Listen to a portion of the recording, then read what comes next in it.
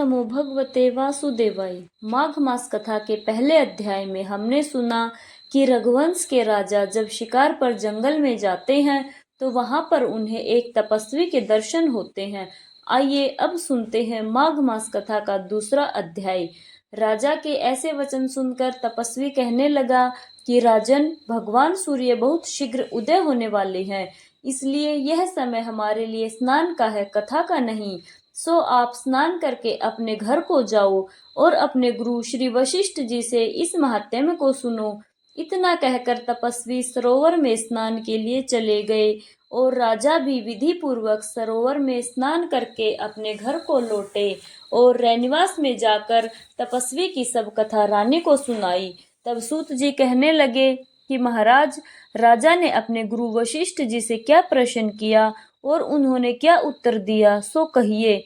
व्यास जी कहने लगे, हे सूत जी, राजा दिलीप ने रात्रि को सुख से सोकर प्रातः समय ही अपने गुरु वशिष्ठ के पास जाकर उनके चरणों को छूकर प्रणाम करके नम्रता से पूछा कि गुरु जी, आपने आचार, दंड, नीति, राज्य, धर्म तथा चारों वर्णों को, चारों आश्रमों की क्रियाओं, दान और उनके विधान, यज्ञ और उनकी विधियां, व्रत, उनकी प्रतिष्ठा तथा भगवान विष्णु की आराधना बतलाई है। परंतु अब मैं आपसे माघ मास के स्नान के महात्म्यों को सुनना चाहता हूँ। सो हे तपोधन, नियम पूर्वक इसकी विधि समझाइए। गुरु वशिष्ठ जी कहने लगे, हे राजन, तुमने दोनों लोकों के कल्याणकारी, वनवासी तथा गणियों के अंतःकरण को पवित्र करने वाले माघ मास के स्नान का बहुत सुंदर प्रश्न पूछा है। मकर राशि में सूर्य के आने पर माघ मास में स्नान का फल गौ, भूमि, तिल, वस्त्र, स्वर्ण, अन्न, घोड़ा आदि दानों तथा चंद्रायन और ब्रह्मा पूर्ववर्त आदि से भी अधिक होता है। वैशाख तथा कार्तिक के जप, दान, तप और यज्ञ बहुत फल देने वाले हैं, परंतु माघ मास में इनका फल बहुत ही अधिक होता है। माघ मास में स्नान करने वाला पुरुष राजा और मुक्ति के मार्ग को जानने वाला होता है।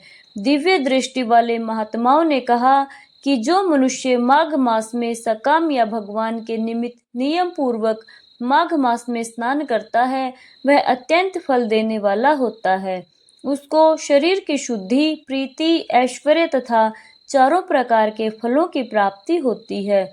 अदिति ने 12 वर्ष तक मकर संक्रांति में अन्न त्याग कर स्नान किया। इससे तीनों लोकों को उज्जवल करने वाले 12 पुत्र उत्पन्न हुए।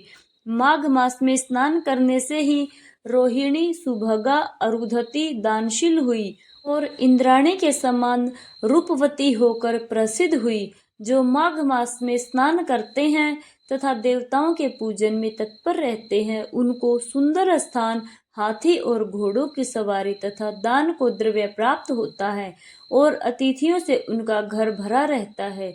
उनके घर में सदा वीर ध्वनि होती रहती है। वह मनुष्य धन्य है जो माघ मास में स्नान करते हैं, दान देते हैं तथा व्रत और नियमों का पालन करते हैं और दूसरे पुण्यों के क्षीण होने से मनुष्य स्वर्ग से वापस आ जाता है। परंतु जो मनुष्य माघ मास में स्नान करता है, वह कभी स्वर्ग से वापस नहीं आता। इससे बढ़कर कोई नियम, तप, दान पवित्र और पाप नाशक नहीं है। भृगु ने यह मणि पर्वत पर विद्याधरों को सुनाया था। तब राजा ने कहा कि ब्रह्मा भृगु ऋषि ने कब मणि पर्वत पर विद्याधरों को उपदेश दिया था, सो बतलाइए। तब ऋषि जी कहने लगे, हे राजन, एक समय 12 वर्ष तक वर्षा न होने के कारण, सब प्रजाशन होने के कारण संसार में बड़ी उद्विग्नता फैल गई। हिमालय और विंध्याचल पर्वत के मध्य का देश निर्जन होने के कारण श्राद्ध, तप तथा स्वाध्याय सब कुछ छूट गए। सारा लोक विपत्तियों में फंसकर प्रजाहीन हो गया। सारा भूमंडल फल और अन्न से रहित हो गया। तब विंध्याचल से नीचे बहती हुई नदी के सुंदर वृक्षों से आच्छादित अपने आश्रम से निकलकर श्री भृगु ऋषि अपने शिष्यों सहित हिमालय पर्वत पर गए। इस पर्वत की चोटी नीली और नीचे का हिस्सा सुनहरी होने से तारा पर्वत पीतांबरधारी श्री भगवान के सदृश लगता था। पर्वत के बीच का भाग नीला और बीच बीच में कहीं कहीं सफेद स्फटिक होने से तारों से युक्त आकाश जैसी शोभा को प्राप्त होता था। रात्रि के समय वह पर्वत दीपकों की तरह चमकती हुई दिव्य औषधियों से पूरित किसी महल की शोभा को प्राप्त होता था। यह पर्वत शिखाओं पर बांसुरी बजाती और सुंदर गीत गाती हुई किन्नरियों तथा केले के पत्तों की पताकाओं से अत्यंत शोभा को प्राप्त हो रहा था। यह पर्वत नीलम पन्ना पुखराज तथा इसकी चोटी से निकलती हुई रंग बिरंगी किरणों से इंद्रधनुष के समान प्रतीत होता था। स्वर्ण आदि सब धातुओं से तथा चमकते हुए रत्नों से चारों ओर फैली हुई अग्नि ज्वाला के समान शोभायमान था।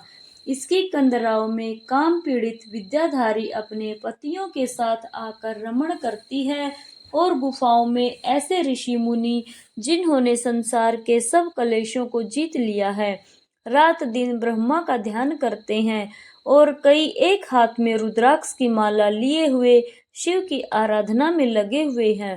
पर्वत के नीचे भागों में जंगली हाथी अपने बच्चों के साथ खेल रहे हैं तथा कस्तूरी वाले रंग बिरंगे मृगों के झुंड इधर उधर भाग रहे हैं। यह पर्वत सदा राजहंस तथा मोरों से भरा रहता है, इसी कारण इसको हेमकुंड कहते हैं। यहाँ पर सदैव ही देवता गुणांग और अप्सरा निवास करते हैं। जय श्री हरि, राधे कृष्णा। प्रिय श्रोताओं, आगे का वृतांत सुनेंगे अध्याय 3 में।